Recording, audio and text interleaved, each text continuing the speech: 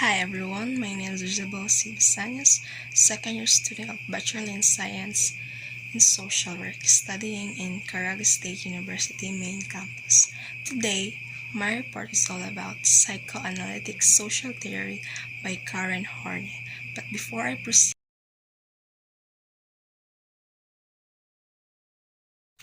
she was born in Elbeck, a small town near from Hamburg, Germany on September 15, 1885.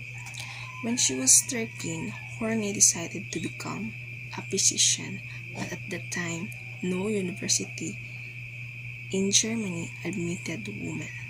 She was the only daughter of Bernd Wackels Daniel. In 1906, she entered the University of Freiburg, becoming one of the first women in Germany to study medicine. And lastly, she had several love affairs. Overview of Psychoanalytic Social Theory. The Psychoanalytic Social Theory of Karen Horney, pronounced Horney, was built on the assumption that social and cultural conditions, especially childhood experiences, are largely responsible for shaping personality. People who do not have their needs for love and affection satisfied during childhood develop basic hostility toward their parents and as a consequence suffer from basic anxiety. It means that a psychoanalytic social theory focuses in social, cultural, or external factors, that there's a big influence to develop the personality of a person. The impact of a culture.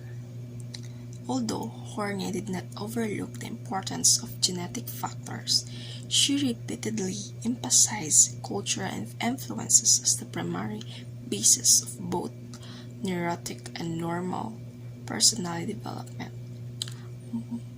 Modern culture, she contended, is based on competition among individuals. In short, a culture is a big effect to develop the basic hostility and basic anxiety.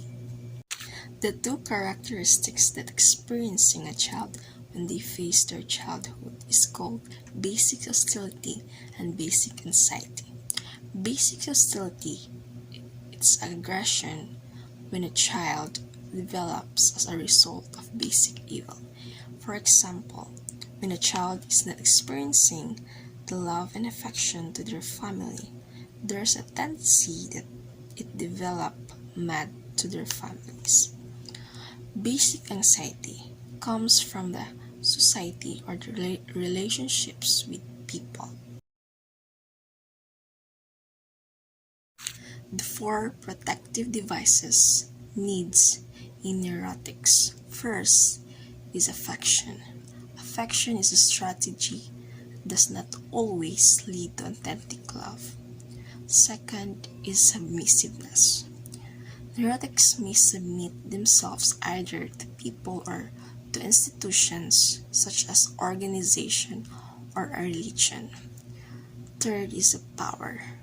Power is a defense against the real or imagined hostility of others, and it takes the form of a tendency to dominate others. And lastly, withdrawal. Neurotics frequently protect themselves against basic anxiety either by developing an independence from others or by becoming emotionally detached from them. Compulsive drives. Neurotic individuals have the same problems that affect normal people, except neurotics experience them to a greater degree. Everyone uses the various protective devices to guard against the rejection, hostility, and competitiveness of others, but whereas normal individuals are able to use a variety of defensive maneuvers in a somewhat useful way, neurotics compulsively repeat the same strategy in essential and productive manner.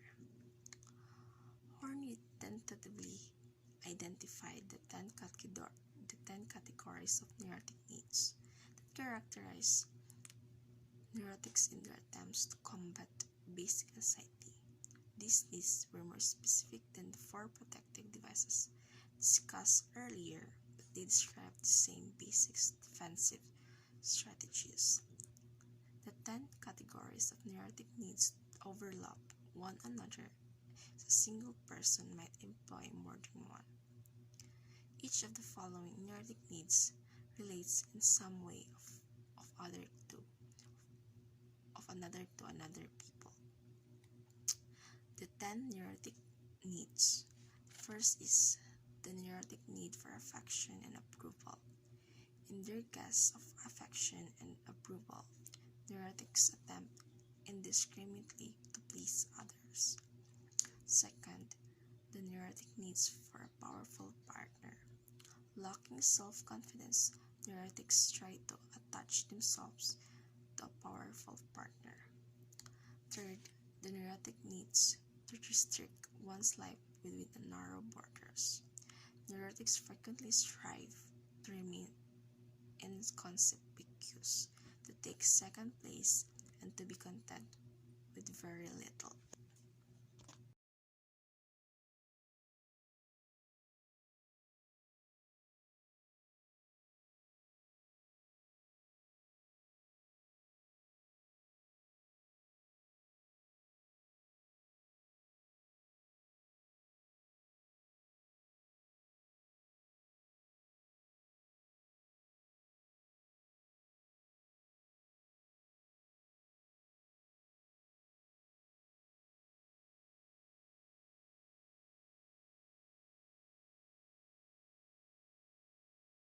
The neurotic need for power. Power and affection are perhaps the two greatest in neurotic needs. The fifth, the neurotic need to exploit others. Neurotics frequently evaluate others on the basis of how they can be used or exploited, but at the same time, they fear being exploited by others. The sixth is the neurotic need for social recognition or prestige. Some people combat basic anxiety by trying to be first, or to be important, or to attract attention to themselves. The seventh, the neurotic need for personal admiration. Neurotics have a need to be admired for what they are rather than for what they possess. 8. The neurotic need for ambition and personal achievement. Neurotics often have a strong drive to be the best salesperson, or the best bowler, or the best lover. 9. The neurotic need for self-sufficiency and dependence. Many neurotics have a strong need to move away from people, thereby proving that they can get along with others. And lastly, the neurotic need for perfections and unsaleability. By striving relentlessly for perfection, neurotics receive proof of their self-esteem and personal superiority. The 3 neurotic trends. First, moving toward people. Second, moving against people or aggressive. Last, moving away from people. Moving toward people.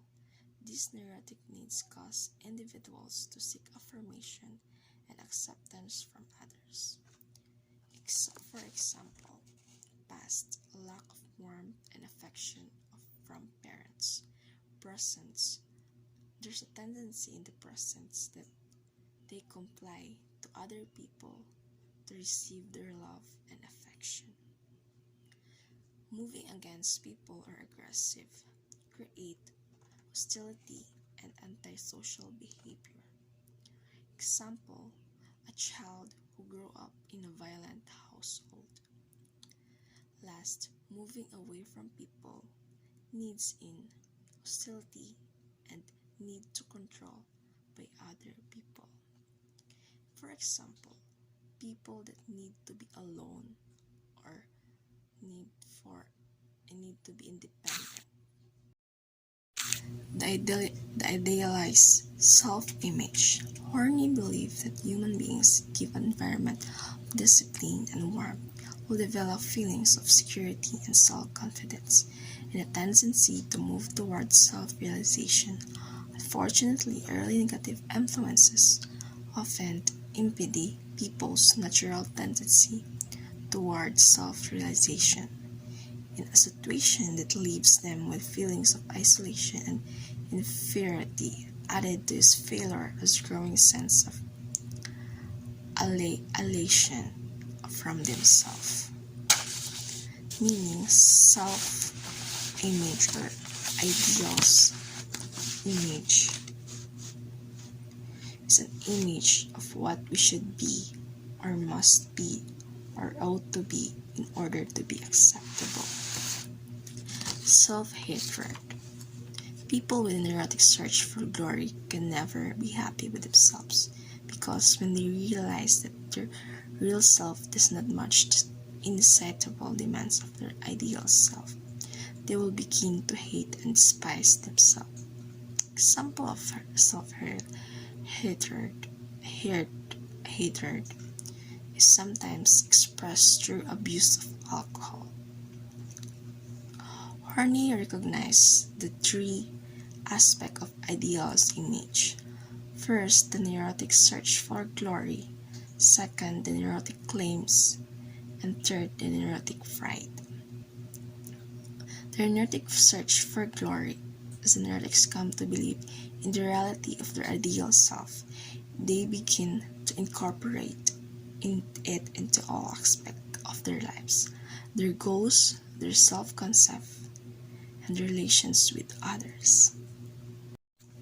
Neurotic claims. Neurotic claims is a sense of superiority and entitlement to service by other experience.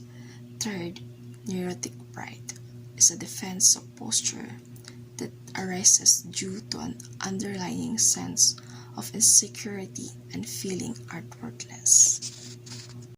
Feminine psychology. As a woman trained in the masculine psychology of Fred, Horney gradually realized that the traditional psychoanalytic view of women is good.